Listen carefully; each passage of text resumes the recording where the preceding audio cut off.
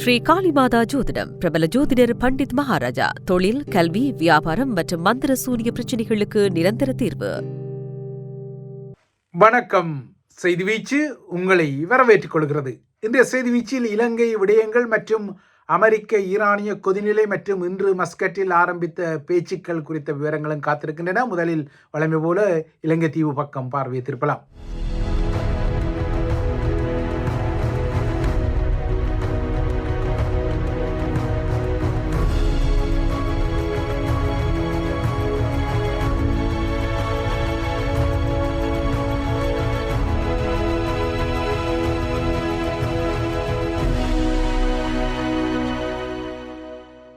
தமிழர் தாயகத்தின் வரலாற்றில் ஒரு நாயகன் என்ற தகுதி நிலையில் உள்ள தேசிய தலைவர் குறிப்பிடும் வரலாறு ஒரு ஆசான் என்ற கற்பிதம் குறித்து கடந்த 3ஆம் தேதி செய்தி வீச்சு தனது பதிவின் ஆரம்பத்தில் கூறியிருந்தது.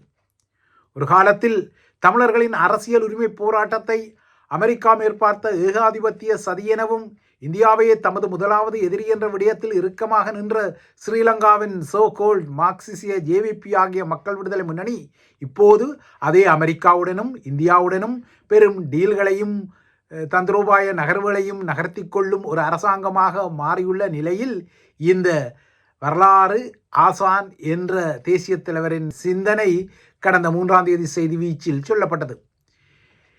இந்த இலங்கையை மையப்படுத்திய புதிய டீல்களின் அடிப்படையில் இந்தியாவின் ஆபரேஷன் சாகர்பந்துவின் நீட்சியாக அண்மையில் தனது INS கேரியல் கப்பலில் விசாகப்பட்டின துறைமுகத்திலிருந்து கொழும்புக்கு கொண்டு செல்லப்பட்ட 10 பெய்லி பாலங்களின் ஒரு தொகுதி நேற்று அதிகாரபூர்வமாக ஸ்ரீலங்காவிடம் ஒப்படைக்கப்பட்டும் விட்டது. இந்த பாலங்களை பொருத்துவதற்கான ஆய்வுகள் தற்போது இந்திய இராணுவ பொறியியலாளர்களால் மீண்டும் மேற்கொள்ளப்பட்டு வருகின்றன. அதன் அடிப்படையில் இந்திய இராணுவ பொறியியலாளர் குழு ஒன்று இலங்கையில் தற்போது தங்கியுள்ளது. அமெரிக்காவின் மொண்டனா தேசிய படையின் இராணுவ பொறியியல் குழு ஒன்றும் இலங்கையில் தற்போது நிற்கும் நிலையில் இந்தியாவும் பெய்லி பாலங்கள் ஊடாக தனது இலங்கை ஆபரேஷனை நீட்சிப்படுத்த தலைப்படுகின்றது. இந்தியா ஏற்கனவே இலங்கைக்கு வழங்கிய 4 பெய்லி பாலங்களில் 2 தமிழர் தாயகத்தின் கிளிநொச்சி மாவட்டத்திலும் ஏனைய 2 மலையகத்தின் கண்டி ராகல பகுதியிலும் நிர்மாணிக்கப்பட்ட நிலையில் புதிதாக வழங்கப்பட்ட இந்த பெய்லி பாலங்களும் சில இடங்களில் புதிதாக குந்த உள்ளமை தெரிகின்றது. ஆனால் இன்றைய செய்தி வீச்சு முக்கியமாக தொடும் விடயம் இந்த பெய்லி பாலங்கள் குறித்த ராஜதந்திர விடயங்கள் அல்ல, மாறாக தமிழர்களின் தலைவர் குறிப்பிட்ட வரலாறு ஒரு ஆசான் என்ற கற்பிதத்தை புதிதாக நிரூபிக்கும் வகையில் புதிய திடுக்கிடும் செய்திகள் வருவதுதான் இன்றைய செய்தி வீச்சின் முதன்மை விடயமாக வரப்போகிறது. அமெரிக்காவில் மையம் கொண்டு அதன் உள்ளூர் அரசியல் பரப்பையும் உலக பரப்பையும் பரபரப்பாக்கும் ஒரு விடயமாக அமெரிக்காவின் முக்கியமான சிறார் பாலியல் குற்றவாளியான ஜெஃப்ரி எப்ஸ்டீன் குறித்த விடயங்கள் வெளிவருவதை நீங்கள் அறிந்திருக்கக்கூடும். செய்தி வீச்சும் அவ்வப்போது இது தொடர்பான செய்திகள் மற்றும் தகவல்களை தந்திருக்கின்றது.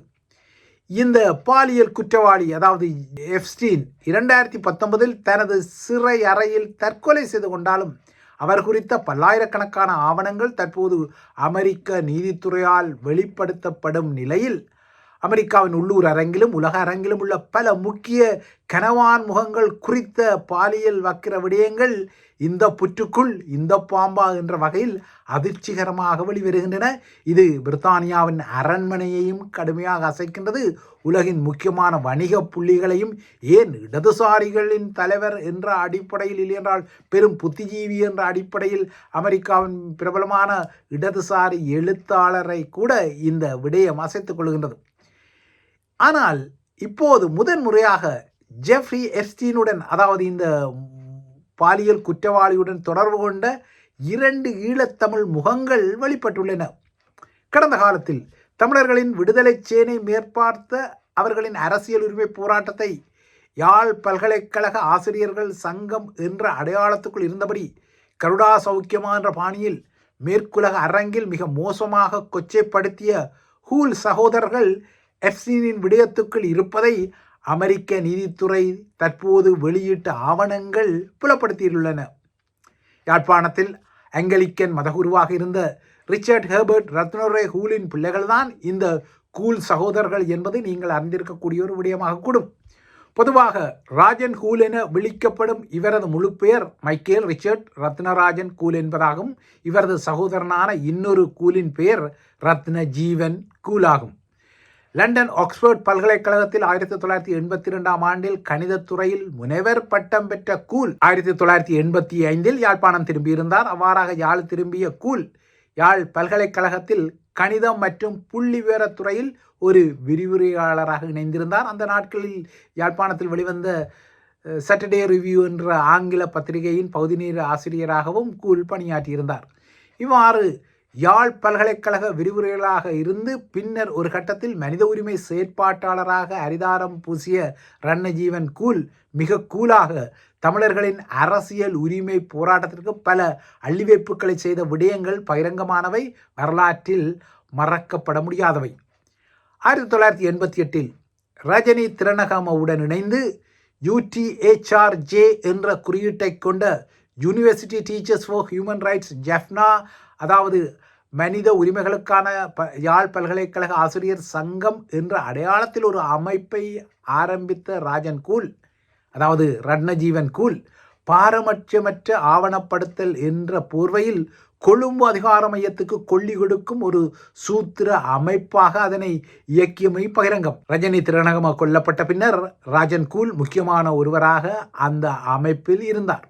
அன்றைய நாட்களில் போராளிகள் குறித்து தகவல்களை சேகரித்து போராளிகளுக்கு எதிரான மேற்குலகின் அரசியல் ரீதியான அழுத்தங்களை உருவாக்க முனைந்த சக்திகளாக இந்த ராஜன் கூல் சகோதரர்கள் இருந்தனர்.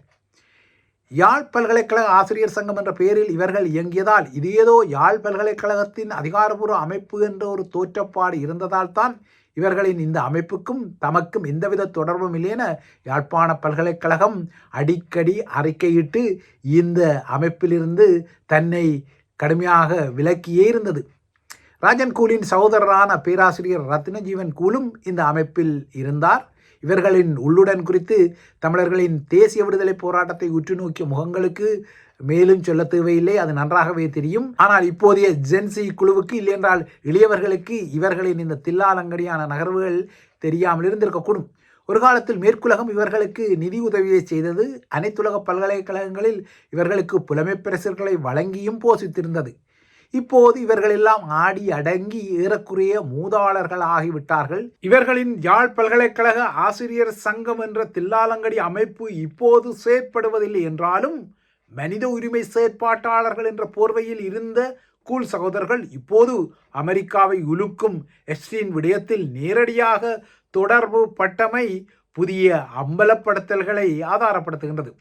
அதாவது ஒரு காலத்தில் தமிழர்களின் சேனை சிறார்களை தமது படை அணிகளில் இணைப்பதாக மேற்குலகுக்கு வத்தி வைத்த, இல்லையென்றால் பொய்களையும் போலிகளையும் குறிப்பிட்ட இந்த கூல் சகோதரர்கள் மேற்குலக ஊடகங்கள் மற்றும் அரசாங்கங்களுக்கு சில விஷமத்தனமான கருத்துக்களை பரப்பிய இதே கூல் சகோதரர்கள் இப்போது 15 வயது சிறுமிகளை பெரிய முகங்களின் பாலியல் இச்சைக்கு விநியோகித்த எப்ஸ்டீன் என்ற காம கொடூரனின் ராஜ்யத்துடன் தொடர்பு பட்ட முகங்களாக அடையாளப்படுத்தப்படுகின்றனர்.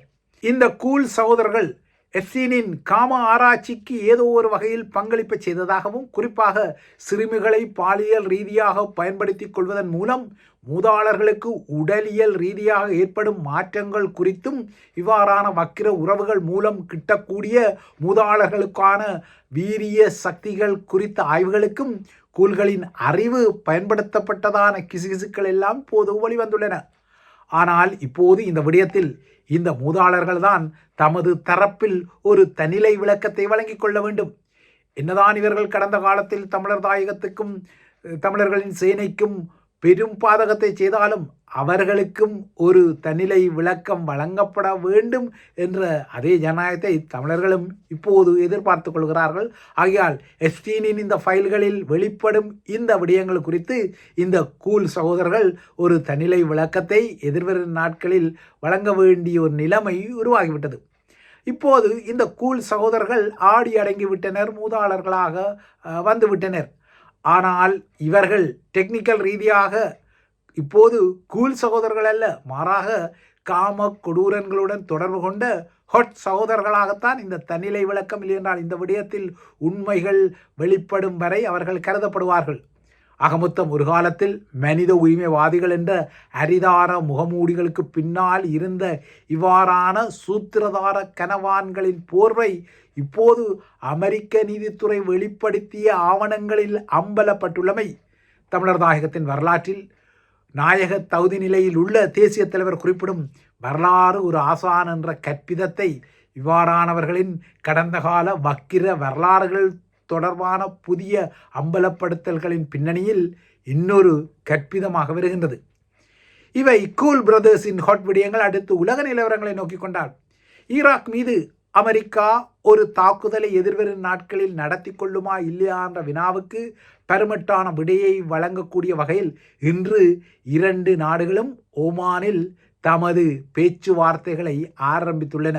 கடந்த வருட ஜூன் மாதத்தில் இஸ்ரேலுக்கும் ஈரானுக்கும் இடையில் 12 நாட்களாக நடந்த போரின் முடிவில் ஈரானின் 3 முக்கிய அணுசக்தி நிலைகள் மீது அமெரிக்கா குண்டுவீசி தாக்குதல் நடத்திய பின்னர் அமெரிக்காவுக்கும் ஈரானுக்கும் இடையிலான முதலாவது அதிகாரபூர்வ சந்திப்பு இதுவாகும்.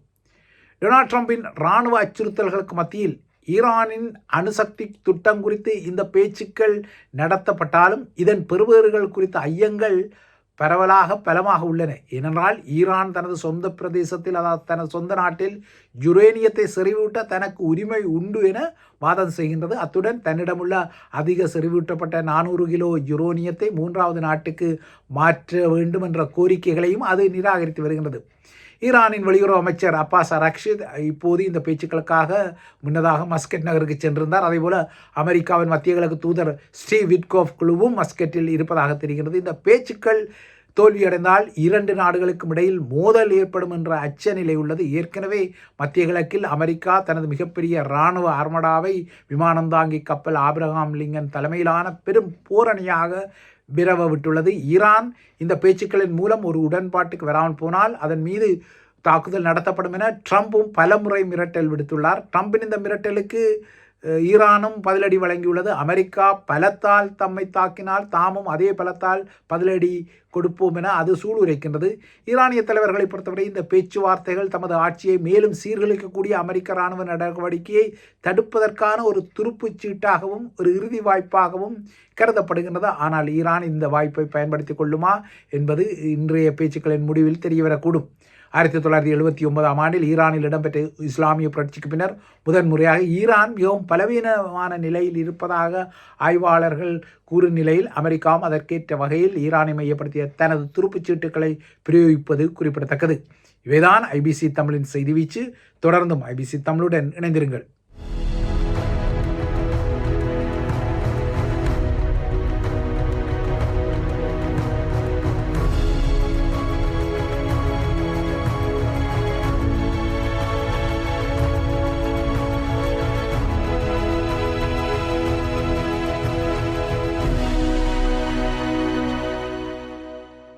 ஸ்ரீ காளிமாதா ஜோதிடம். பிரபல ஜோதிடர் பண்டித் மகாராஜா. தொழில், கல்வி, வியாபாரம் மற்றும் மந்திர சூனிய பிரச்சினைகளுக்கு நிரந்தர தீர்வு.